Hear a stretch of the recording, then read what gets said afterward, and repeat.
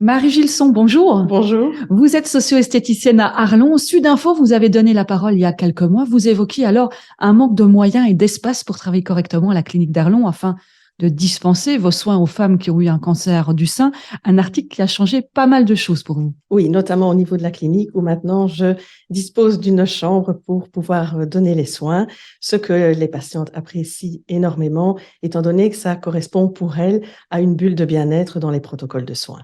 Alors, un local qui est dédié à vos soins, donc ça c'est une chose, mais pas Oui. seulement. Vous êtes aussi contacté par beaucoup plus de monde parce que Oui. finalement, on ignore un peu ce que c'est le socio-esthétisme. Oui, c'est vrai que ce n'est pas quelque chose qui est très connu. Donc, les retombées de l'article ont été vraiment, dans un premier temps, vraiment la visibilité sur les réseaux.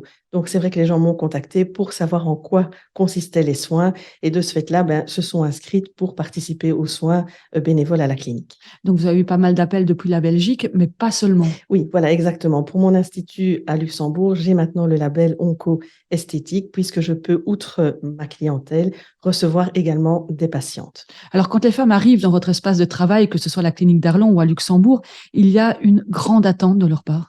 Oui, parce que malheureusement, la maladie laisse des séquelles. Elles sont stigmatisées notamment par la perte des cheveux, des cils et des sourcils, donc elles veulent retrouver une féminité. Et donc, c'est pour ça qu'elles vous demandent notamment de leur apprendre quoi? À se maquiller. Oui, oui, oui, ou à se maquiller différemment. Donc pour celles qui ne connaissent pas, on apprend à se maquiller. Pour celles qui avaient des gestes déjà bien établis, bien parfois il faut changer certaines petites choses parce que la peau change, le teint change, les volumes dans le visage changent quand on n'a plus de cheveux. Donc c'est toutes des choses qu'on va voir ensemble pour qu'elles se trouvent belles. Pas nécessairement évident parce que certaines arrivent chez vous, elles ne savent pas du tout se maquiller. Non, non, donc c'est un gros travail en amont, effectivement, parce que j'essaie surtout que la patiente ou la cliente ne soit pas déçue à l'issue du processus et qu'elle se sente jolie, qu'elle ait de nouveau envie de se regarder dans un miroir et qu'elle se reconnaisse. Parce que finalement, quand on subit un cancer du sein comme ça, aussi quand on commence à perdre ses cheveux, c'est toute la structure du visage qui change Oui, c'est à ce point-là. oui, oui, vraiment, sincèrement, oui. Et donc, je pense que beaucoup sont démunis parce que certaines veulent aussi le cacher parce qu'elles veulent continuer à travailler.